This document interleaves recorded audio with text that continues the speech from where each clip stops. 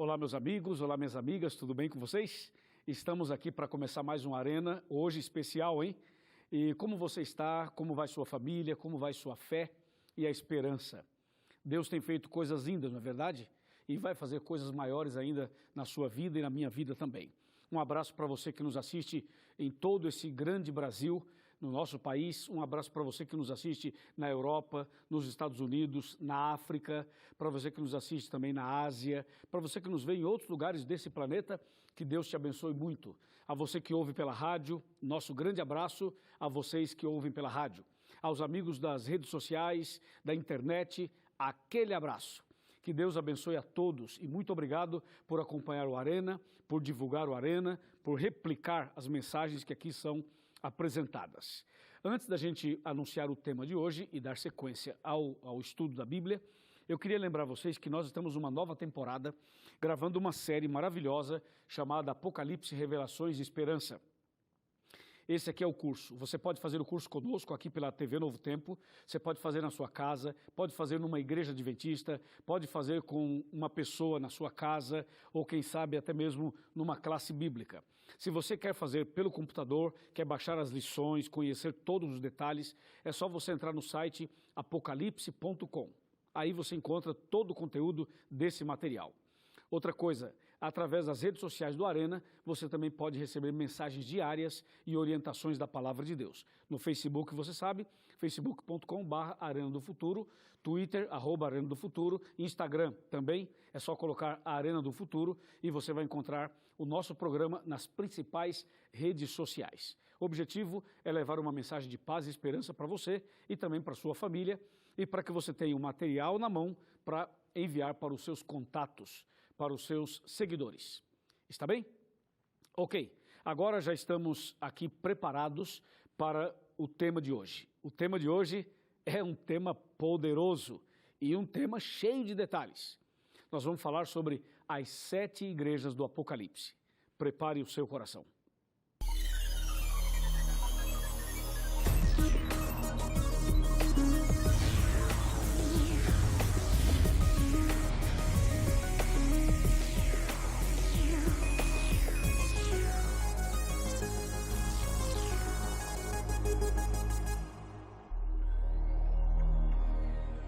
Muito bem, já estamos aqui preparados com a Bíblia na mão para começar o tema de hoje.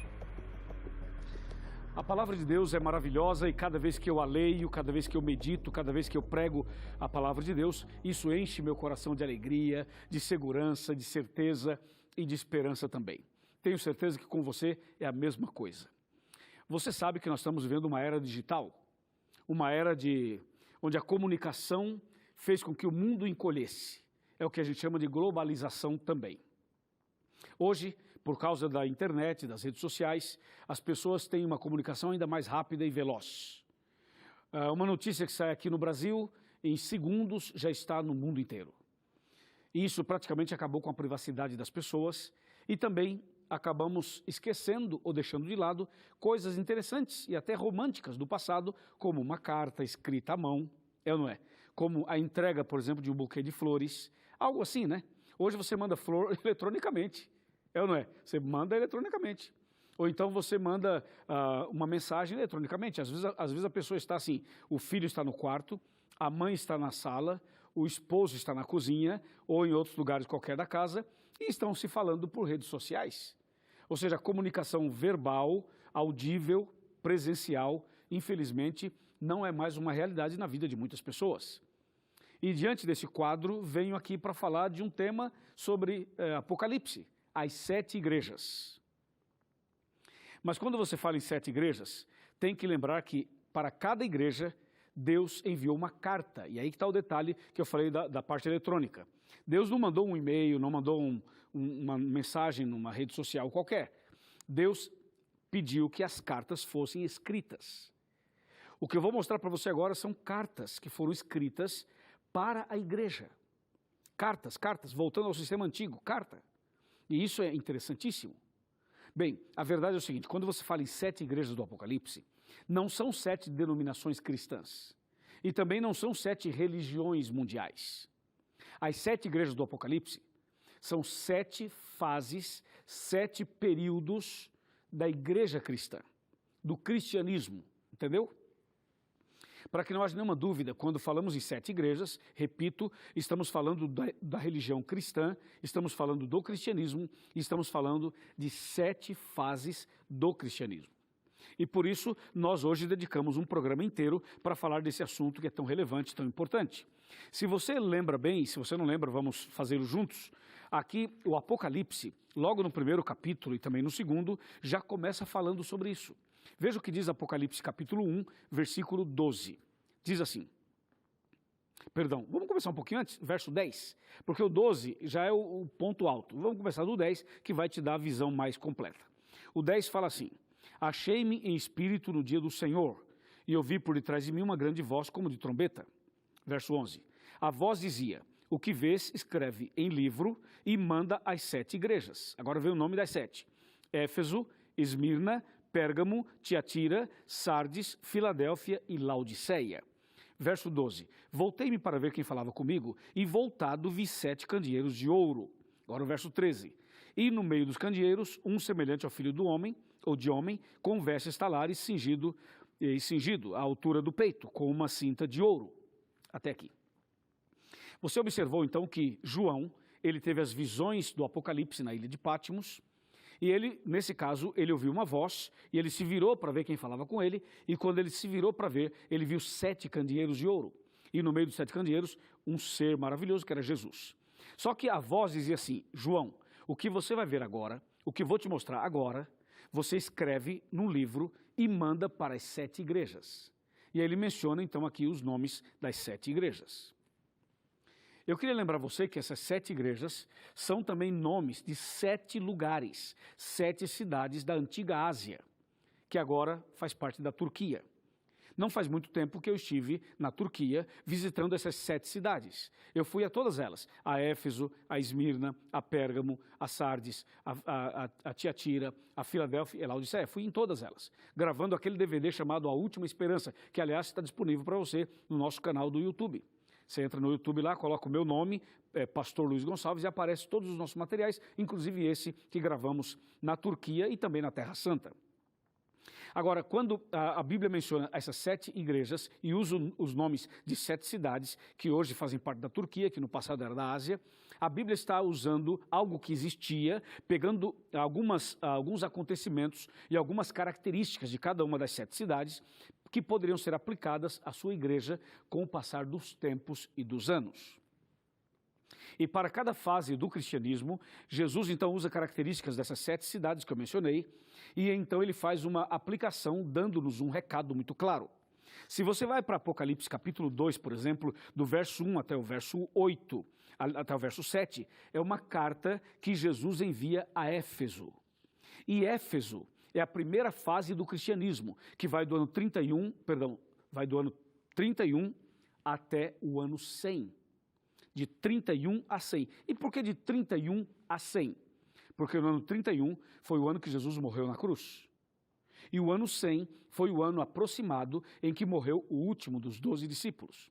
Portanto, a primeira fase da igreja cristã chama Éfeso, e Éfeso representa este período, o primeiro período depois da crucificação de Cristo. E o cristianismo, ele é considerado, ele é contado a partir do sacrifício de Jesus. Então, Éfeso representa a igreja apostólica, a igreja que os apóstolos dirigiam, frequentavam e viveram aquele momento. Repito, de 31 a 100, Éfeso, a primeira fase do cristianismo. Quando você vai para o Apocalipse capítulo 2, versos de 8 até o verso 11, é a carta à igreja em Esmirna. Esmirna é o segundo período do cristianismo. É o período em que a igreja cristã começou a passar por uma pressão quando o inimigo tentava contaminar a pureza da igreja. E essa segunda fase começou no ano 100 e terminou no ano 323. Tudo isso depois de Cristo, obviamente. Então, essa segunda carta, ela chama a atenção da igreja, parabeniza a igreja, ajuda e diz para a igreja que estava no caminho certo, mas que deveria tomar cuidado porque o diabo estava tentando contaminar a doutrina da igreja e estava tentando jogar por terra as verdades bíblicas. E a igreja, então, em Esmirna, ela se mantém firme mesmo diante das perseguições e provações. Quando você vai, por exemplo, para a terceira fase da igreja cristã, você percebe algo muito interessante. Só que esse muito interessante da terceira fase começou na segunda.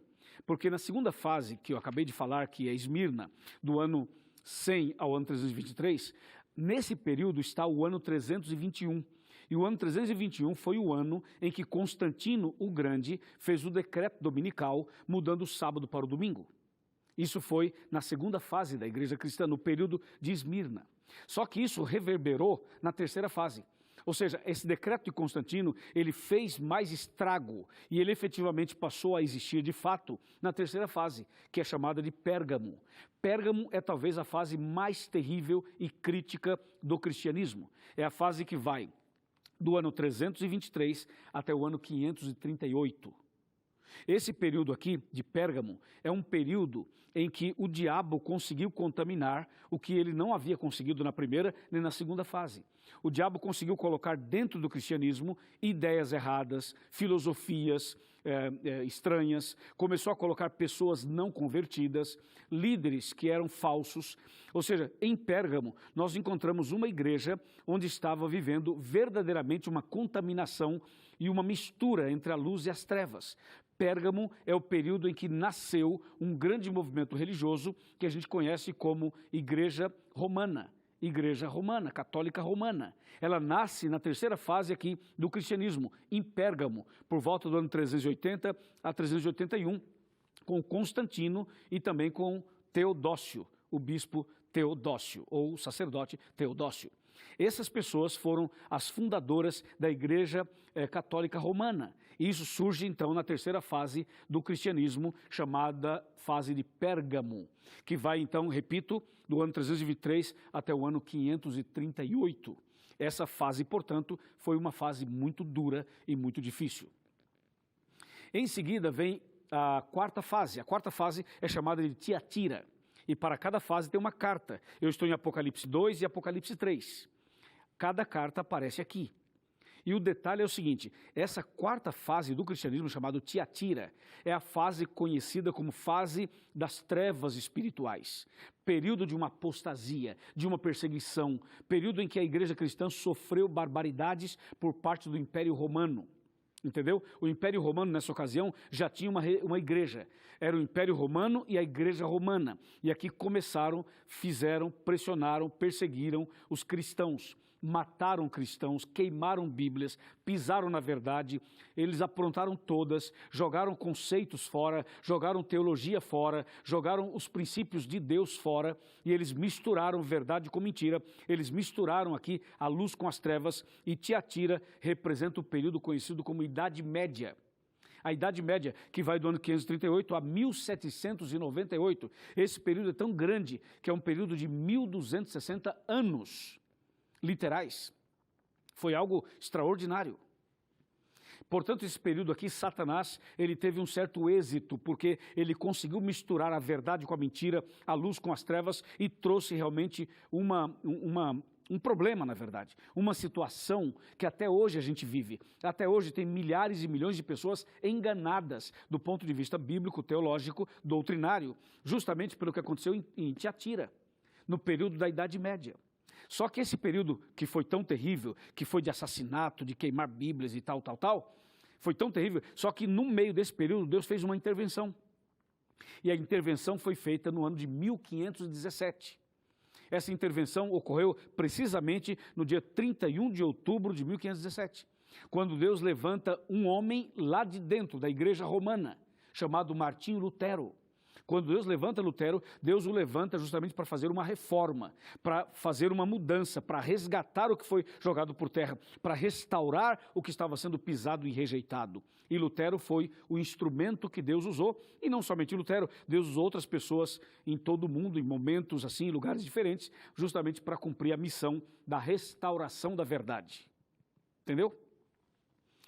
No ano de 1798, quando termina esse período de Tiatira, acontece então a prisão do Papa Pio VI, sob a ordem de Napoleão Bonaparte da França.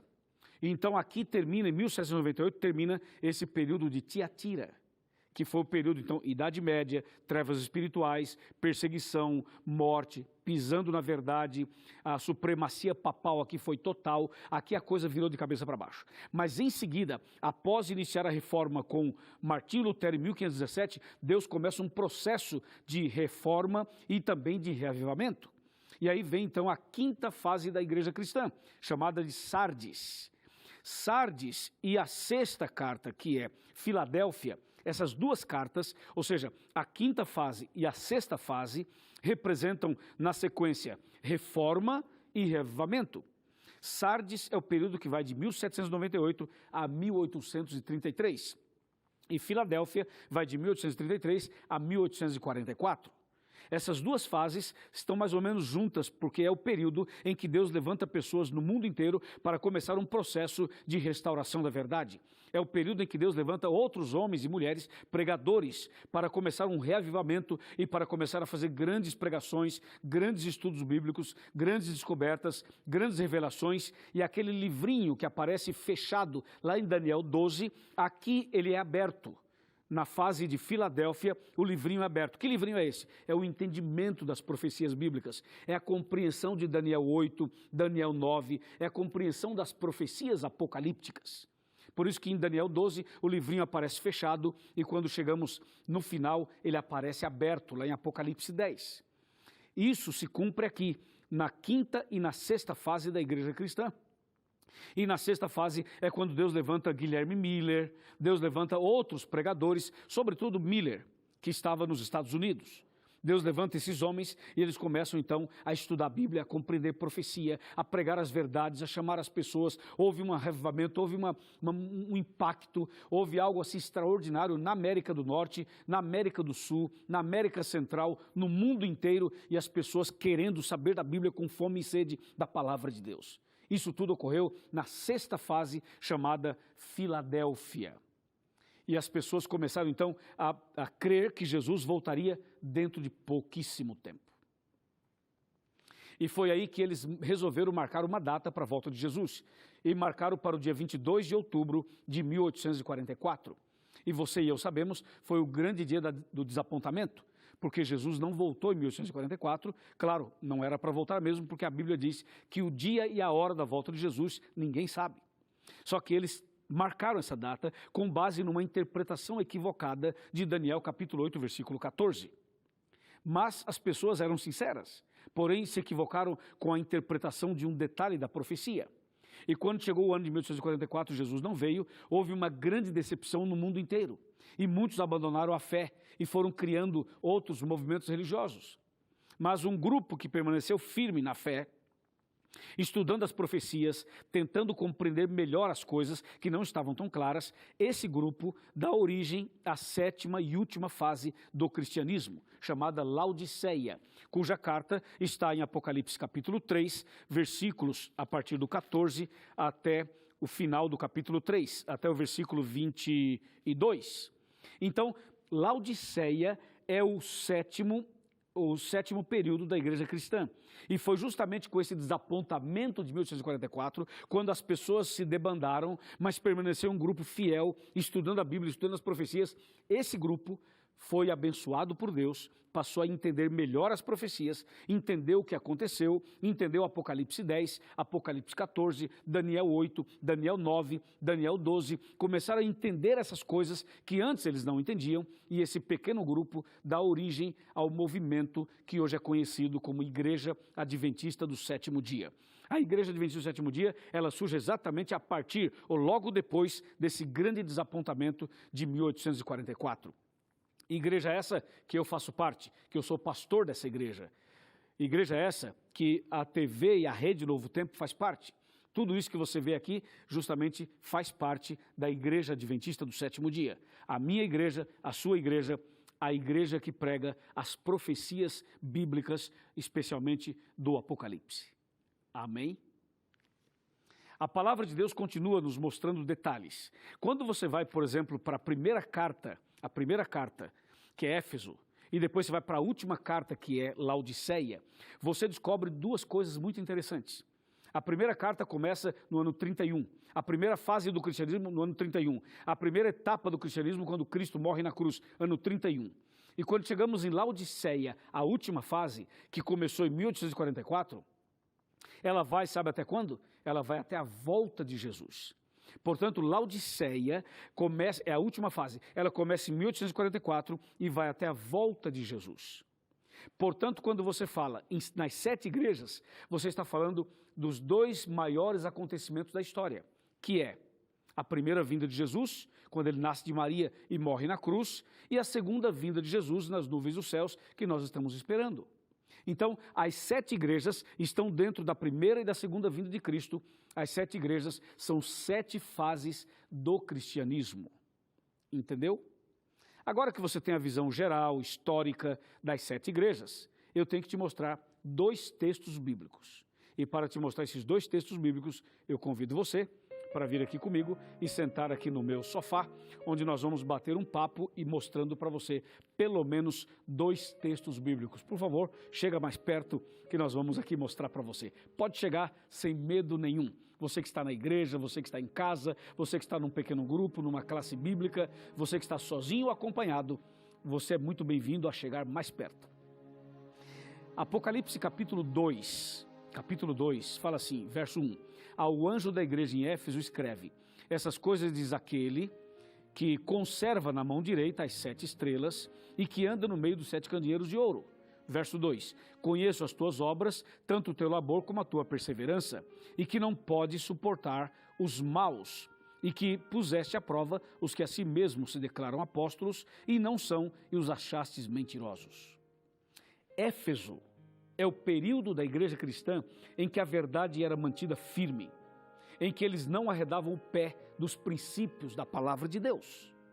Era uma igreja pura, fiel, é a igreja dos apóstolos, foi o período dos apóstolos, quando Deus derramou o Espírito Santo no Pentecostes. Aqui era uma igreja poderosa.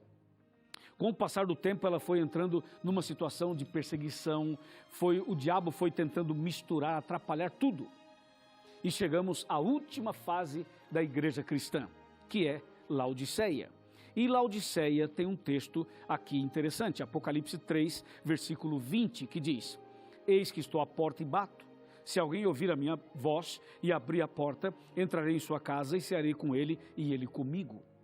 Esse texto faz parte da última carta que Jesus mandou para a última fase da igreja cristã, Laodiceia, que é hoje, que é atual, que é agora. Qual é a situação hoje da igreja no mundo inteiro? É a situação de Laodiceia. Veja que Apocalipse 3:20, Jesus fala: eis que estou à porta e bato. Quando ele fala que ele bate, porque ele quer entrar. E se ele quer entrar, é porque ele está do lado de fora. E se ele está do lado de fora, alguma coisa está errada. Por isso hoje, Jesus quer convidar você, e eu faço isso em nome dele. Queremos convidar você para que você abra o coração, para que deixe Jesus entrar na sua vida, para que você ouça a voz dele, o chamado dele, o convite dele. Jesus quer que você faça parte da igreja verdadeira, quer que você faça parte do povo dele. Ele vai voltar para buscar você, para buscar sua família, cada um de nós. É por isso que ele fala assim: eis que estou à porta e bato. Se alguém ouvir a minha voz e abrir a porta, eu entrarei em sua casa, cearei com ele e ele comigo. Sim, Jesus quer entrar na sua vida, na sua casa, na sua família, no seu coração, nos seus pensamentos. Ele quer ser seu amigo, ele quer ser seu Deus, seu Salvador, seu resgatador. Ele quer abençoar você, ele quer mudar você, ele quer tornar você uma pessoa melhor, mais feliz, uma pessoa com paz no coração, uma pessoa segura da vida eterna. Sim, ele está chamando você. E se você está ouvindo esse chamado, e se você quer fazer parte do povo de Deus, se você quer andar no caminho certo, se você quer ser fiel aos princípios, se você não aceita aquelas mudanças e aqueles erros que foram praticados na Idade Média, na igreja no período de Pérgamo e no período de Tiatira, se você quer uma reforma espiritual, uma reforma doutrinária, uma reforma dentro de você, se você quer hoje recomeçar, ressuscitar, se reerguer, levantar a cabeça, hoje é o seu dia. Levante a sua mão aí onde você está. Levante a sua mão onde você está. Levante a sua mão agora. Vamos, levanta a sua mão, irmão. Vai levantar ou não vai? Levanta essa mão, rapaz. Eu vou orar por você. Eu vou orar por você, vou orar por sua família, para que essa decisão seja verdadeira. para que você a partir de hoje possa abrir o coração e falar: Jesus, o seu lugar não é lá fora, é aqui dentro, entra aqui, habita aqui, muda minha vida, limpa meu coração, transforma meus pensamentos, converta-me por dentro e por fora. Jesus fará isso por você, porque Ele ama você, porque Ele quer você, porque Ele quer salvar você. Amém? Eu já decidi ser parte dessa igreja, ser membro dessa igreja. E você está decidindo agora? Muito bem, meus parabéns. Vamos orar? Vamos orar. Curve a sua cabeça, feche os seus olhos, vamos falar com Deus. Querido Pai Celestial, obrigado porque o Senhor é maravilhoso. O Senhor não somente nos deixou a Bíblia, como também nos deixou orientações da história, orientações precisas. Sabemos que o Senhor tem um povo, uma igreja na terra, e essa igreja passaria por 7 fases. E agora estamos na última fase. Senhor, o mais importante hoje é manter o coração aberto para que o Senhor entre, para que o Senhor faça morada. Ó Pai, venha agora sobre essa mulher, sobre esse homem, sobre essa família, sobre esse lar, habita esse coração, tira o mal da vida dessa pessoa e faça com que a partir de hoje ela seja uma nova criatura, uma nova pessoa, cheia da Tua graça, que tenha paz, que tenha esperança, que tenha certeza de vitória, certeza de salvação. Ó Pai, eu como pastor, em nome de Jesus, levanto a minha mão aqui para pedir que o Senhor abençoe esta mulher, este homem, este casal, esta igreja, esta família. É o nosso pedido e a nossa gratidão. Em nome de Cristo Jesus. Amém.